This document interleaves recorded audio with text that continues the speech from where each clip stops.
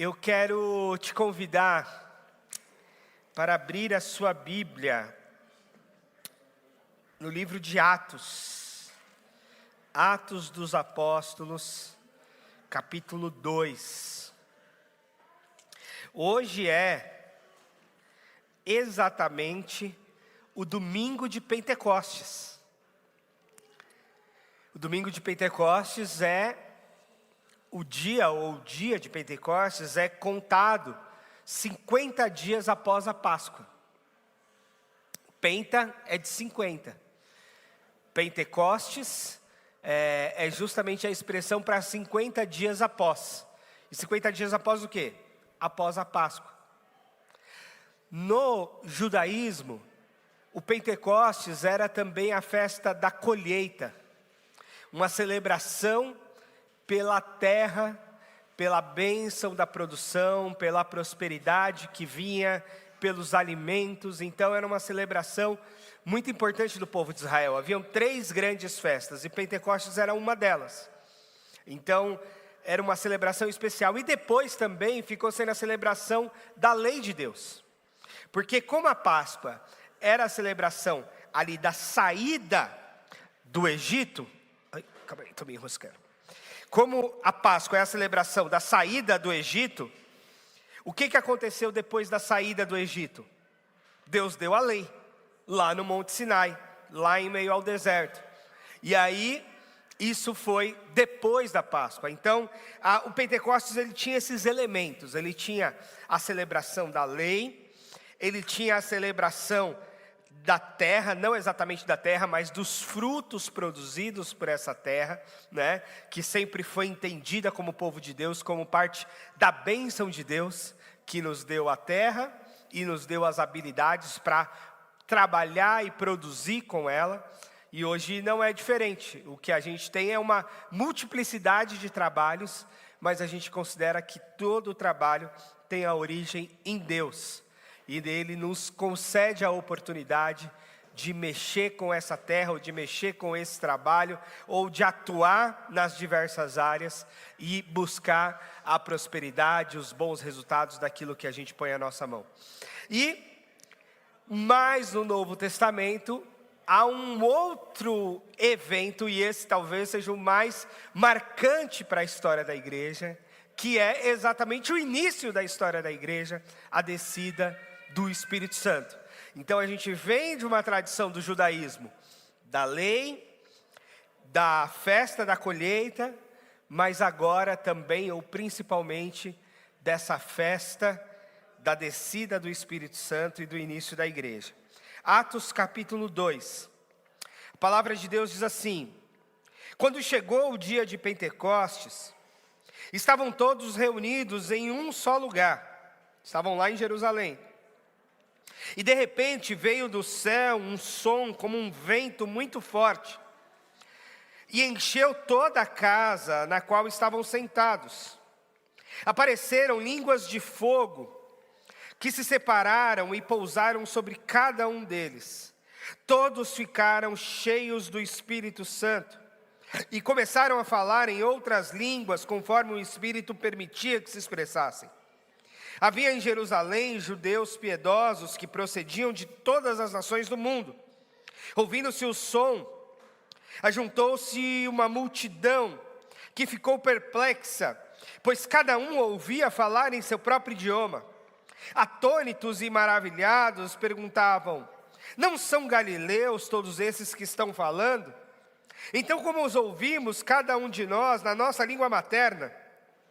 Pardos, medos, elamitas, habitantes da Mesopotâmia, da Judéia, da Capadócia, do Ponto, da província da Ásia, da Frígia, da Panfilha, do Egito, das partes da Líbia, próximas a Cirene, visitantes vindos de Roma, tanto judeus como convertidos ao judaísmo, cretenses e árabes.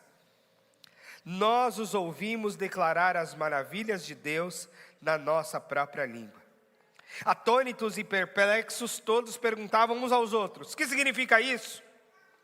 Outros, contudo, zombavam e diziam: eles beberam vinho demais.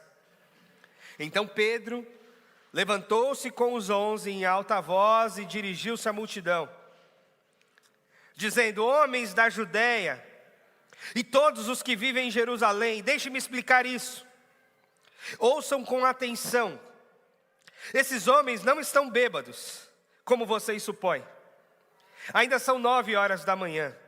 Ao contrário, isto é o que foi predito pelo profeta Joel, que nos últimos dias, diz Deus, derramarei do meu espírito sobre todas as pessoas.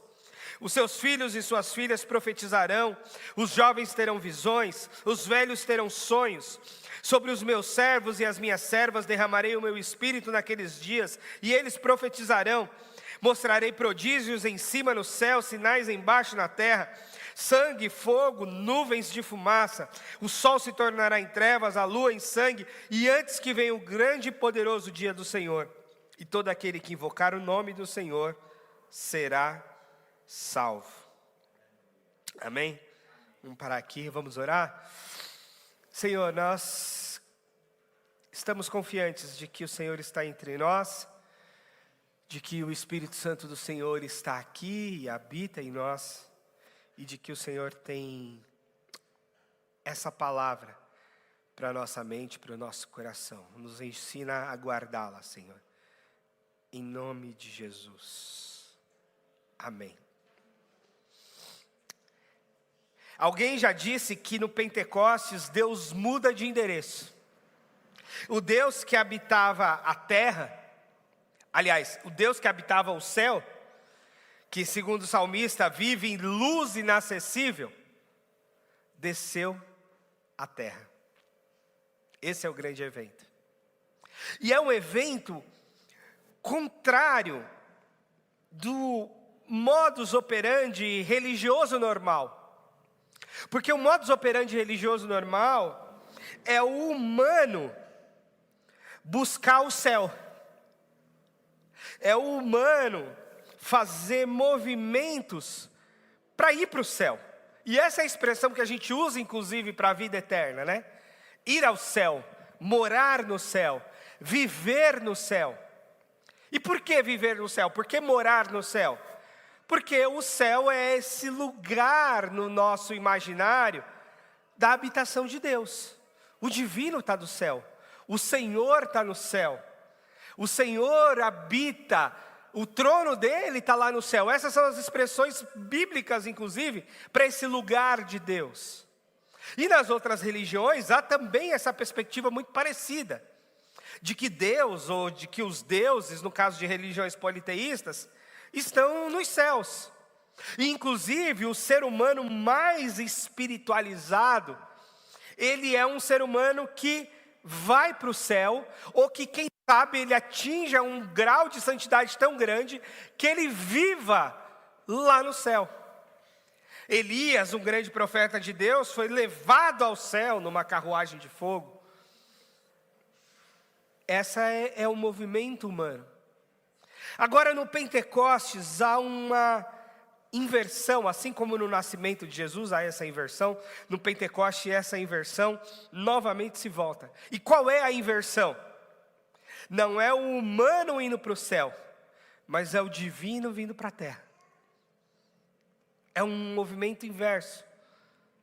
Não é Maria e José, por exemplo, que são levados ao céu como pessoas especiais, mas eles recebem o céu em casa ao receber Jesus. E no Pentecostes é o mesmo movimento. Não é o humano subindo para o céu, é o divino descendo do céu para a terra.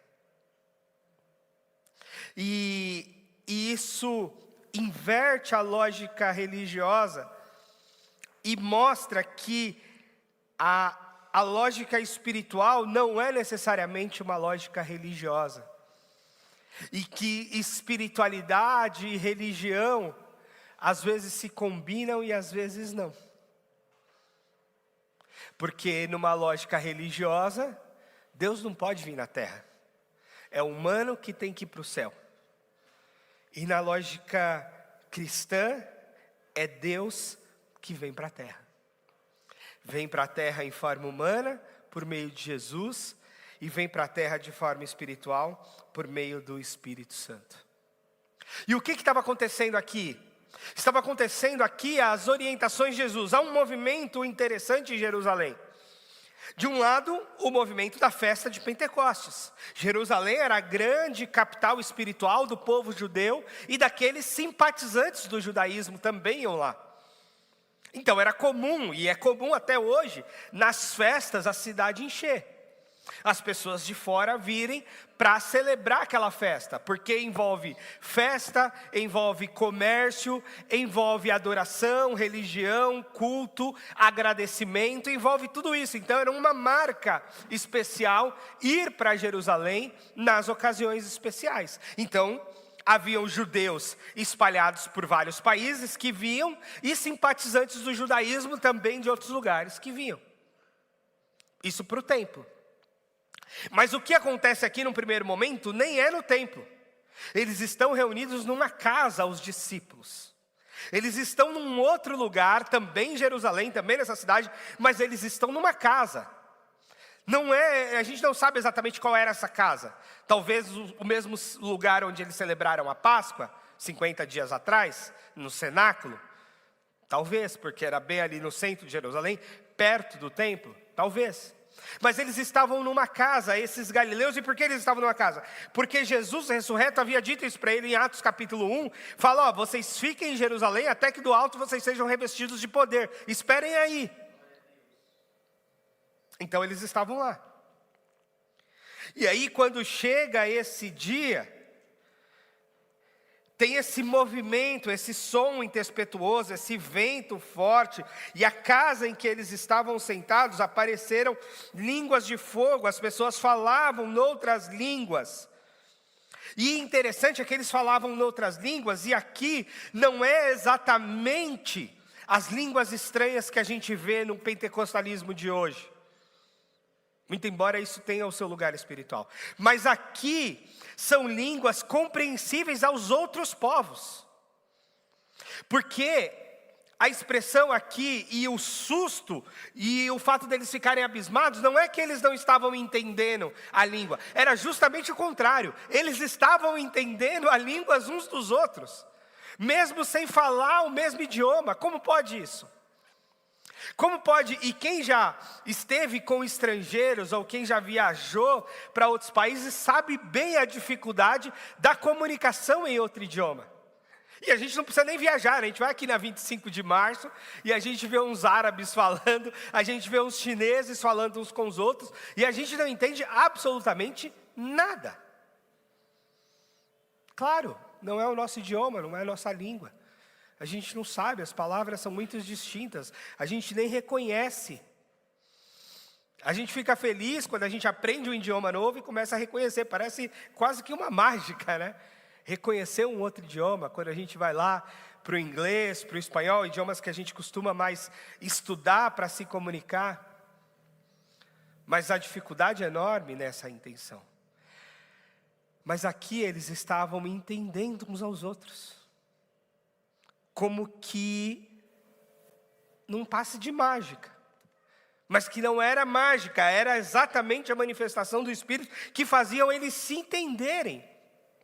E olha que interessante.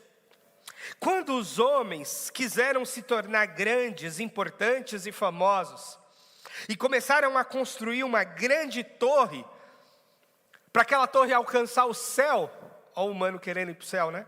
Alcançar o céu. Esse episódio é chamado episódio da Torre de Babel. Lá no Gênesis, lá atrás, no capítulo 11. Se eu não me engano, né? Antes ainda de Abraão. O que aconteceu ali? O que aconteceu ali é que essa intenção humana não foi boa aos olhos de Deus. Porque era uma intenção, é isso mesmo, Gênesis 11. Essa intenção humana não era boa aos olhos de Deus. Por quê? Porque era um projeto de poder humano. Era um projeto imperial humano. Os homens queriam se fortalecer e crescer. E quem sabe chegar ao céu, chegar a Deus. E quem sabe se tornarem deuses. Porque essa era a compreensão do mundo antigo, né? talvez a compreensão ainda hoje, de que todo menino quer ser homem, todo homem quer ser Deus. Aliás, todo menino quer ser homem, todo homem quer ser rei, e todo rei quer ser Deus. Então, essa escalada do poder, ela permanece. A gente quer crescer, quer ficar forte. Por um tempo, a força física, a força bruta, era a expressão desse poder. Depois, a força financeira se tornou a expressão de poder. Depois, a força política, uma outra expressão ainda maior de poder. E o máximo é a expressão divina, né? É a expressão realmente de de uma pessoa ser adorada. E o que os homens queriam fazer ali em Babel era projetar o seu nome lá no céu.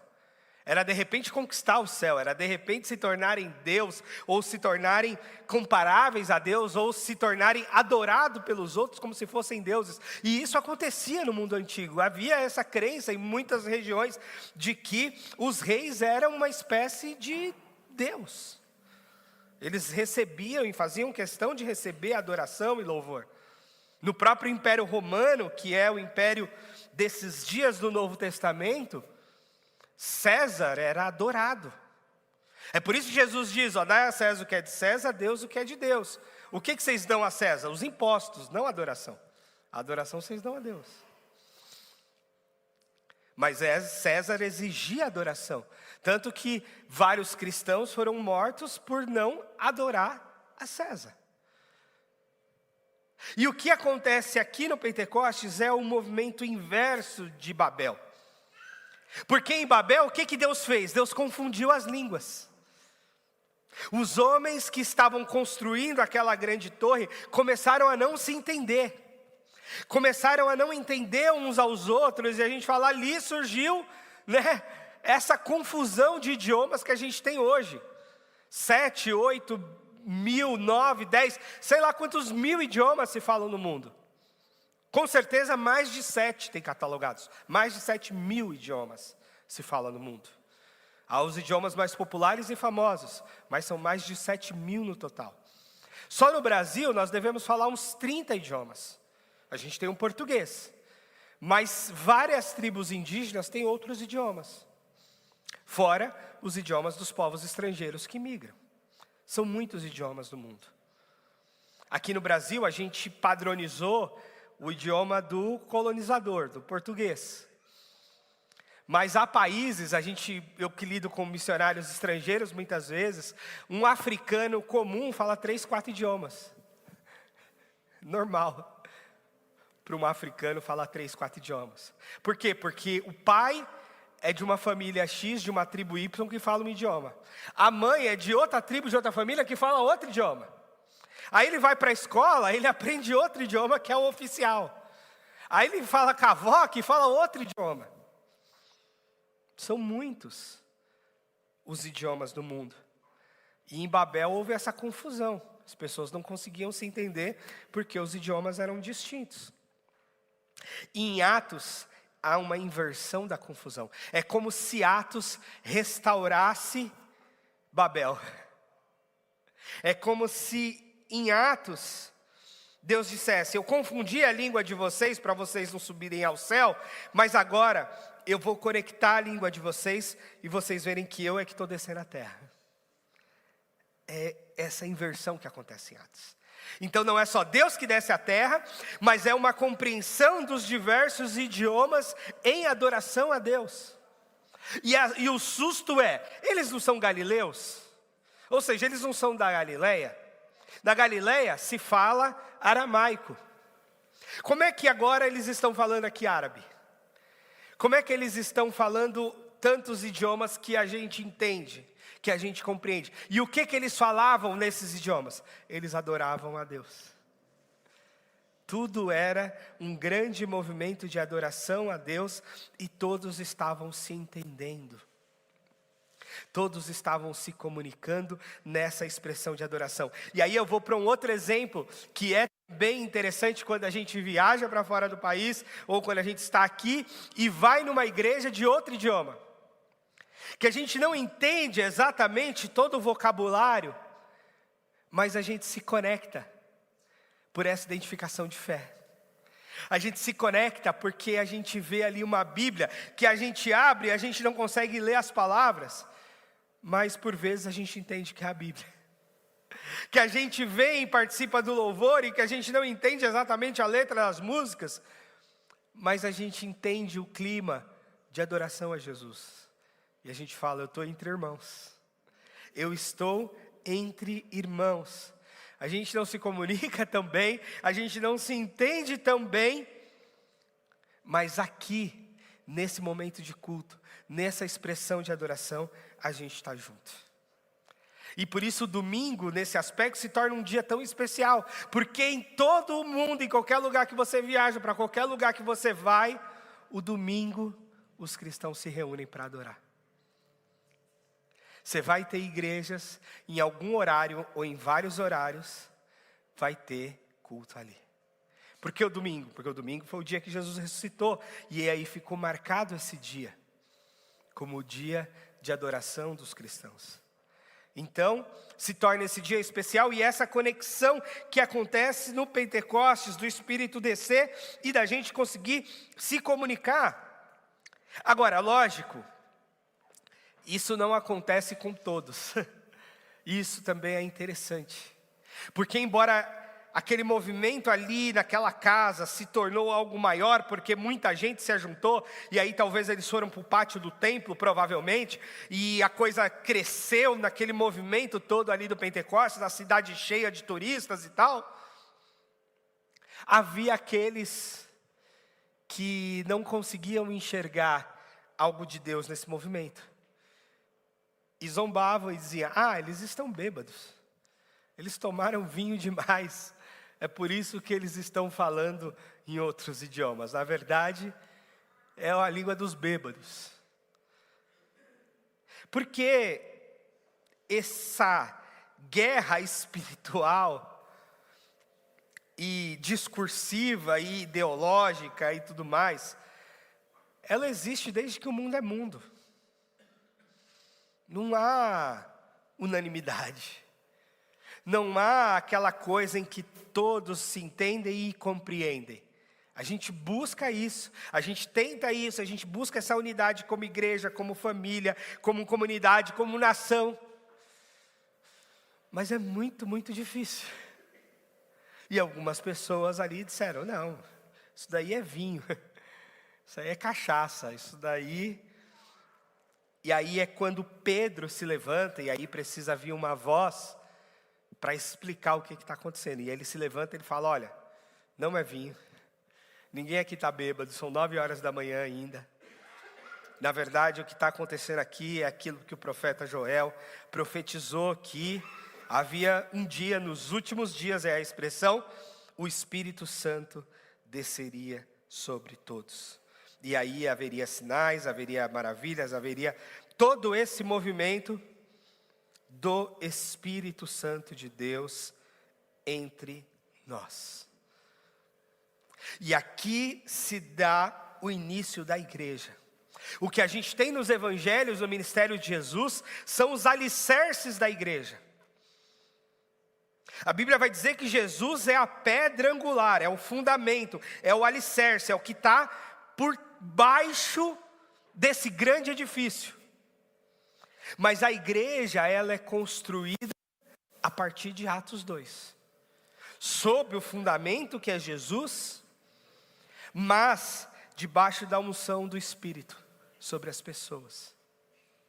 E as conversões, elas se darão a partir daqui, de fato, como uma experiência com o Espírito Santo de Deus. E isso não é tão simples de se entender, por quê? Porque essa realidade espiritual, ela é subjetiva e ela é misteriosa. Como é que aconteceu com você? É diferente do que aconteceu com outro, é diferente do que aconteceu com outro. Que tipo de dom você recebeu do Espírito? Que tipo de manifestação? Que tipo de coisa aconteceu dentro de você? Às vezes você consegue explicar, você consegue lembrar o dia, a hora, o contexto, a situação. E às vezes não. Às vezes foi um processo que de repente, quando você viu, você tinha se convertido. E essa é a beleza e o desafio dessa realidade espiritual, por quê? Porque é difícil marcar e colocar uma regra para dizer, é assim. O Espírito Santo de Deus age só no domingo. O Espírito Santo de Deus age só dentro da igreja. Ou ele age só quando você está orando de joelho. Ou ele age só se você estiver fazendo jejum. Ou ele age só se você estiver sem pecado. Mas não é assim. Ontem eu escutei o testemunho de um pastor num congresso de homens que eu estava. E ele falou que ele se converteu voltando bêbado de uma festa. Ele estava absolutamente bêbado. Fora do país, com um monte de amigos. E ele falou que ele ouviu a voz de Deus, dizendo, agora que você chegou no fundo do poço, agora é hora de você mudar de vida. E no outro dia ainda ele foi ainda para um samba, para um negócio lá com os amigos, e ele foi contar o que tinha acontecido. E os amigos falaram, não, você bebeu demais, é só esse o seu problema. É muita cachaça na cabeça, é esse o seu problema. Ele falou, não é. E era a voz de Deus. É diferente. Às vezes o cara vai preso lá na cadeia e se converte. A gente olha e fala, será? Não sei não. Acho que ele quer algum benefício penal aí, ele quer alguma coisinha aí. Mas pode ser. Mas a gente não sabe. Às vezes é, às vezes não é. Às vezes é conversão de fato e às vezes não é mesmo. E é difícil julgar, é difícil saber. A gente consegue, e aí Jesus vai dizer, pelo fruto vocês vão conhecer a árvore, depois de um tempo, os resultados daquela vida, aí a gente vai dizer, converteu mesmo, rapaz. Converteu mesmo. Agora eu estou vendo que é.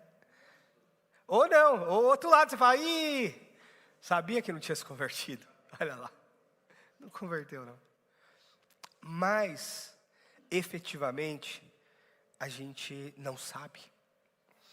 Nem dentro da igreja a gente não sabe. Porque alguém pode copiar os gestos religiosos sem se converter. Alguém pode aprender as músicas. Se você sabe ler, você vai saber ler a Bíblia. Você pode compreender aqui os costumes, os rituais. E pode não ter se convertido. Apenas seguiu uma tradição familiar. Quantas histórias a gente tem assim? Esse pastor mesmo de ontem era exatamente isso. Ele era neto, bisneto de pastores. Então ele fazia todos os ritos espirituais da sua tradição familiar. Mas conversão de fato aconteceu naquele momento, naquela experiência.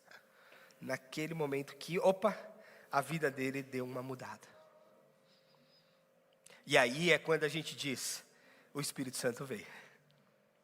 Por quê? Porque a conversão é uma ação do Espírito Santo de Deus em nós. Então não é só uma ação nossa. E esse é um outro mistério. Porque a gente não sabe exatamente o quanto tem da iniciativa nossa de querer Deus na nossa vida, mas o quanto tem da iniciativa divina do Espírito Santo de Deus vir sobre nós. E na verdade, a conversão é esse encontro. Que a gente não sabe quem veio primeiro, o ovo ou a galinha. Porque é esse encontro. Essa pessoa, ela buscou a Deus. E Deus deu o Espírito para ela? Ou foi justamente porque antes Deus deu o Espírito para ela e depois ela buscou a Deus? Não sabe. A gente não sabe. E esse é o mistério do Espírito, que a Bíblia também vai dizer que o Espírito sopra onde quer. É como o vento. Aliás, a palavra ruá é a palavra para Espírito. E essa expressão é vento, sopro. Então você fala, onde é que está o Espírito de Deus? Sei lá, está soprando. é a experiência com o vento. Onde é que está o vento? De onde é que ele vem? Para onde é que ele vai? A gente não sabe, a gente só sente que está soprando. Essa é a experiência. E a experiência da conversão é a experiência desse encontro espiritual entre a nossa mente, o nosso coração, o nosso eu e o Espírito de Deus. Que a gente nem sempre sabe se aconteceu naquele culto, ou se aconteceu naquele dia em casa em oração, ou se aconteceu naquele boteco quando a gente estava bebendo, ou se aconteceu no meio daquela confusão que a gente estava tendo, ou se aconteceu no meio daquela noite no hospital, ou se aconteceu naquele momento da prisão, ou sei lá, que dia que aconteceu, que hora que aconteceu. Mas aconteceu. E mudou. E é por isso que conversão é mais do que mudança de costumes. Que conversão é muito mais do que mudança de certos comportamentos morais. Conversão é realmente uma transformação espiritual. Quase que inexplicável. Mas que vai poder ser observada pelos outros. Que algumas pessoas olham e falam, fulano é cristão, se converteu, teve uma mudança, aconteceu alguma coisa, mudou. Alguns experimentam muita desconfiança dos outros. O próprio apóstolo Paulo, né? O grande homem do cristianismo, quando ele se converteu lá no caminho de Damasco, os cristãos demoraram para acreditar nele. Porque ele era um perseguidor, e todo mundo ficou, será que converteu, será que não? Será que ele está mentindo, será que ele veio aqui para matar a gente? Deixa ele aí, vamos ver. E demorou 2 anos. Deixa ele aí, vamos olhar para ele, vamos observar a vida dele, para ver se ele se converteu, porque ele era um sujeito perigoso. Perigoso para os cristãos, mandava matar. Às vezes precisa dessa cautela, espera, deixa ver. Mas ele se converteu. E o que eu gostaria que a gente saísse daqui hoje é com essa busca de conexão com o Espírito, de que a celebração que vamos fazer do Pentecostes não é só uma celebração do alimento, do recurso. E vamos fazer isso, né? Vai ter churrasco, ó. Churrasco de Pentecostes hoje. Celebração do alimento, do recurso, da prosperidade, daquilo que Deus deu para nós, né? Comer bem é um sinal dessa prosperidade. Eclesiastes vai dizer, olha, come teu pão, bebe teu vinho, se alegra com aquilo que Deus te deu. Mas é também uma celebração da lei, da instrução divina. Foi dada lá no Monte Sinai após a Páscoa. A lei, a escritura sagrada, a revelação de Deus. Também. Mas para nós, mais do que tudo isso ainda. Essa conversão, essa transformação de um Deus que mudou de endereço. Que saiu do céu e veio para a terra. De um Deus que saiu das luzes inacessíveis, de um trono no céu, e veio para a terra. E mais absurdo ainda, ele não só veio para a terra, ele não ficou na terra, ele não está na terra, no rio, na árvore, na planta, ele está em nós. A Bíblia diz que ele veio morar em nós. A Bíblia diz que ele veio habitar em nós. Entende a dimensão disso? Eu acho que a gente não entende. Acho que eu não entendo. Qual é a dimensão disso? Qual é a dimensão de Deus habitar o meu corpo? O meu corpo de pecador. O meu corpo meio deformado. O meu corpo meio complicado, o meu corpo imperfeito, enrugado, cortado de cirurgia, marcado, meio fofinho. para ser bonzinho comigo mesmo. Deus veio morar nesse corpo. Deus veio habitar nesse corpo. E é por isso que eu orei no começo, a expressão de Paulo em Romanos, que diz, olha, quando vocês vão cultuar a Deus, apresentem os seus corpos. E essa é mais uma coisa, por quê? Porque o corpo, por muitas religiões, é detestado. Não, o corpo não presta, nós queremos só a alma. Nós queremos só o espírito, nós não queremos o corpo. E na fé cristã Deus diz, traz o seu corpo. A fé cristã diz, quando você chegar diante de Deus, chega completo, chega com o seu corpo. Romanos 12, apresentai-vos a Deus com o seu corpo, como um sacrifício vivo, santo e agradável a Deus. Apresente o seu corpo a Deus. É tudo, é inteiro. E isso é muito atual, né? Porque a gente está tão fragmentado hoje em dia. O nosso corpo está num lugar, a nossa cabeça está em outro lugar. Os nossos pensamentos estão em outro lugar, a nossa atenção está em outro lugar. A gente está tão fragmentado, a gente está tão disperso com os celulares, com a internet, com as preocupações, com tanta coisa. E Deus junta a gente num só e diz, se conecte consigo mesmo e com Deus. Vem com o seu corpo, vem com a sua mente, vem com o seu coração, vem com os seus pés, vem com as suas mãos, vem com tudo que você tem e tudo que você é, para cultuar a Deus. Porque o Espírito Santo está aí em você. Com tudo que você é, com tudo que você faz. E aí isso se torna muito mais sério o que a gente faz com o nosso corpo, não é verdade? O que a gente faz com a nossa mão? Isaías condena a injustiça dos homens, dizendo, olha, vocês estão levantando a mão para adorar a Deus, mas a mão de vocês está suja de sangue. Vocês são violentos, vocês são injustos, vocês são corruptos, vocês são ladrões. Como é que agora vocês adoram a Deus com essa mão? Com essa mente? Com essa boca?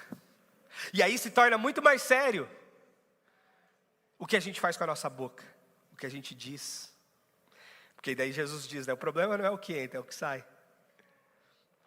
Se torna muito mais sério onde é que a gente põe a nossa mão. Se torna muito mais sério onde é que a gente põe o nosso pé. Onde a gente fixa nossos olhos. Porque o nosso corpo todo pertence a Deus. O nosso corpo todo é casa de Deus. E agora tudo que a gente faz, a gente leva Deus com a gente. Ah, mas o sujeito se converteu, recebeu o Espírito Santo, mas num dado momento ele foi lá para o prostíbulo. Ele vai com o Espírito Santo para lá. Ele vai com Deus para lá.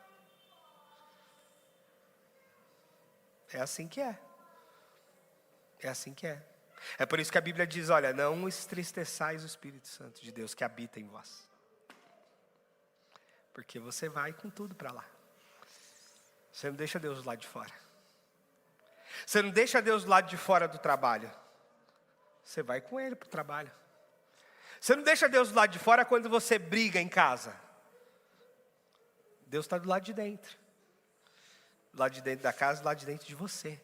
É por isso que a jornada de conversão se torna uma jornada tão séria. Porque agora tudo que a gente faz tem Deus em nós. Para a nossa alegria, para a nossa orientação ou para o nosso constrangimento e vergonha. Porque agora tudo que a gente faz tem Deus em nós. Todos os contratos que a gente assina, tem Deus com a gente. E não é Deus está comigo, portanto tudo que eu faço é certo. Não, Deus está com você sempre.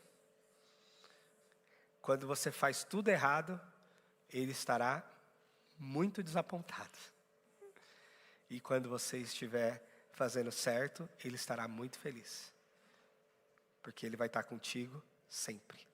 Isso não significa que tudo que você está fazendo é bom. Significa que você tem responsabilidade sobre tudo. Porque Ele está com você o tempo todo. É essa a questão. Os olhos dele estão sobre toda a terra. E o Espírito Santo dele, se você se converteu de fato, ele está aí, dentro de você. Dentro de você. Em tudo que você é, em tudo que você faz, em tudo que você pensa, em tudo que você executa. O Espírito Santo de Deus está aí. E é por isso que conversão não é só uma mudança de algumas atitudes. É uma mudança drástica dentro de nós, que vai gerar uma mudança fora. Mas é uma mudança de fato de dentro para fora. E é isso que acontece em Atos. O Espírito Santo de Deus convertendo as pessoas. E é isso que a gente precisa de Deus. E a gente não só precisa do Espírito Santo naquele dia, naquele ato, naquela experiência de conversão, mas a gente precisa dessa orientação, dessa chama do Espírito todo dia dentro de nós.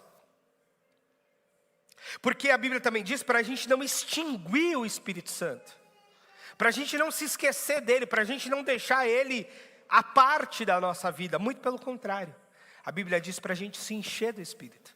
A Bíblia diz para a gente invocar o Espírito Santo. A Bíblia diz para a gente buscar os dons do Espírito Santo. A Bíblia diz para a gente produzir na nossa vida os frutos, ou o fruto do Espírito Santo. Então nós dependemos desse Espírito Santo para viver, para nos orientar, para nos instruir, para nos consolar. A Bíblia fala que o Espírito Santo é um consolador, é um orientador. Ele vai orientar vocês sobre todas as coisas. E nós temos então de querer e de buscar isso. Na tradição pentecostal, isso se tornou muito forte. Por isso, chama-se pentecostal, pentecostalismo. Porque há uma intensidade nessa busca do Espírito Santo, ou é uma intensidade nos dons do Espírito Santo. E a gente precisa aprender um pouco disso. A gente não precisa ser no modo pentecostal, uma vez que não somos necessariamente uma igreja pentecostal. Mas se somos igrejas, temos que ser dependentes do Espírito Santo. Se somos cristãos, temos que ser o templo do Espírito Santo. Se cremos em Jesus, cremos por conta da ação do Espírito Santo. E é isso que muda tudo. Mas isso é uma bênção, porque às vezes a gente acha que a gente tem que mudar na nossa própria força, né? A gente fala, não, é uma questão de força de vontade. É uma questão de eu mudar o meu comportamento, ou de eu tirar os meus vícios, ou de eu ser mais virtuoso. É e não é. Porque o que o Espírito Santo de Deus mostra é que sozinho a gente não consegue mesmo. De que sozinho ninguém consegue. De que a nossa força de vontade não é suficiente para muita coisa. Nosso pensamento positivo. A gente depende da ação de Deus em nós. A gente depende do Espírito Santo de Deus em nós. E isso deve nos fazer descansar em Deus, no sentido de que Deus é com o Senhor. Eu dependo e eu preciso do Senhor. Eu levo meu filho para a igreja, eu trago meu filho para a igreja. Mas a conversão dele depende do Espírito Santo de Deus. Eu convido meus amigos, eu falo de Jesus para os meus colegas. Mas a conversão dele depende do Espírito Santo de Deus. Eu evangelizo, eu falo da fé. Mas a conversão dessa pessoa depende do Espírito Santo de Deus.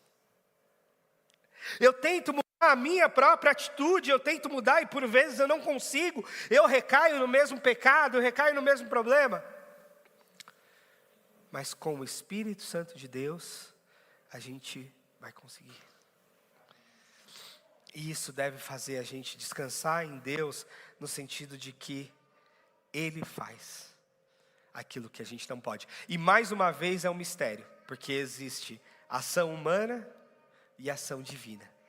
Isso se mistura. A gente não sabe se a gente está dando um passo e quantos passos Deus está dando. A gente não sabe se a gente está indo ou é Deus que está levando. Mas a gente precisa minimamente querer esse encontro entre nós e Deus. Querer esse encontro da nossa vida com a vida de Deus em nós. Querer almejar o Espírito Santo de Deus em nós. Isso é o Pentecostes. Isso é o Pentecostes para nós. O que é o Pentecostes para nós? É o Espírito Santo de Deus dentro de nós. É o divino dentro do humano. É Deus descendo do céu para a terra.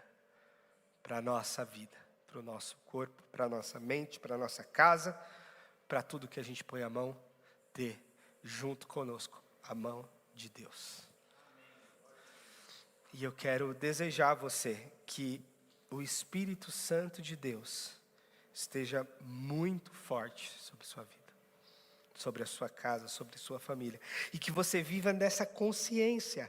Teve um livro famoso, um pouquinho herético assim, mas famoso, do Benny Hinn, que era Bom Dia Espírito Santo. Que ele falava para você dar bom dia para o Espírito Santo, você pôr uma cadeira para o Espírito Santo sentar na mesa quando você fosse tomar café. Por isso que ele era um pouco herético. Mas tinha um negócio interessante nas ideias do Benny Hinn, que é assim, essa consciência do Espírito Santo. Essa coisa de que, olha, o Espírito Santo está aí com você. Olha, o Espírito Santo está aí na mesa do café. O Espírito Santo está aí na mesa do almoço. O Espírito Santo está aí no seu trabalho, está com você aí. O Espírito Santo está aí na sua escola com você. O Espírito Santo está aí onde você está. Então, para nós, o vai com Deus é sério. É vai com o Espírito Santo de Deus. O Deus te abençoe, é o Espírito Santo de Deus aí com você te abençoando. É isso. É isso. É isso que a gente tem que trazer para a nossa vida, essa consciência. Tinha um tempo que eu não fazia isso, essa semana eu fiz, levando o Estevão para a escola, orando com ele na porta da escola antes dele entrar. Que a gente falou sobre oração na reunião de homens essa semana. Orar pelos nossos filhos. Orar antes deles irem para a escola, orar antes deles dormirem, orar antes de comer, orar nessa consciência de que o Espírito Santo de Deus está aqui. A gente reconhece isso, a gente invoca, a gente deseja, a gente fala, a gente quer esse Espírito Santo em nós, no nosso meio. E isso vai mudar muita coisa nos nossos relacionamentos, isso vai mudar muita coisa nas nossas iniciativas, isso tem que mudar muita coisa nas nossas decisões, porque o Espírito Santo de Deus está em nós, está conosco. Você pode ficar de pé para a gente orar agora? Fica de pé, ou fica de joelho, ou fica como você preferir, porque agora é esse momento que a gente vai desejar, almejar, ansiar, pedir. Hoje é justamente o encerramento dessa série. O encerramento no dia do Pentecostes, o encerramento debaixo desse sopro do Espírito. Senhor Deus, a gente precisa do Pentecostes. A gente precisa desse Espírito Santo que desce para a terra, que desce para a nossa vida, que desce para o nosso corpo, que desce para a nossa mente, que desce para o nosso coração, que desce para a nossa vida, Senhor. Nós precisamos do Teu Espírito Santo que nos converte. Nós precisamos do Espírito Santo do Senhor que nos consola. Nós precisamos do Espírito Santo do Senhor que nos guia. Nós precisamos do Espírito Santo do Senhor que intercede por nós. Nós precisamos do Espírito Santo do Senhor que traduz a nossa oração ao Senhor. Nós precisamos dos dons do Espírito Santo do Senhor. Nós precisamos de discernimento, nós precisamos de sabedoria. Nós precisamos de resistência ao mal, nós precisamos do fruto do Espírito, do domínio próprio, do amor, do perdão, da reconciliação. Nós precisamos, Senhor, do Teu Santo Espírito para mudar a nossa vida, para mudar a nossa mente. Tudo aquilo que a gente não consegue mudar na gente mesmo, tudo aquilo que a gente não dá conta, tudo aquilo que a gente não consegue, tudo aquilo que por mais que a gente tenha força de vontade e que a gente tentou uma, tentou duas, tentou três e continua tentando e não consegue. Porque talvez a gente esteja tentando na nossa força. Vem com Teu Espírito, Senhor. Vem na força do Teu Espírito Santo. Que a gente se renda ao Senhor, dizendo: Senhor, eu cheguei até aqui. Eu estou aqui, estou no meu limite. Eu já estou fazendo o que eu consigo fazer. Mas ainda é pouco, ainda falta. E que o Espírito do Senhor nos leve para uma nova vida. Que o Espírito do Senhor nos leve para perto do Senhor. Que o Espírito do Senhor nos leve para uma transformação efetiva. Que o Espírito do Senhor na nossa casa converta os nossos filhos. Que eles entendam quem é Deus. Que eles se compreendam pecadores e necessitados dessa graça do Espírito Santo do Senhor.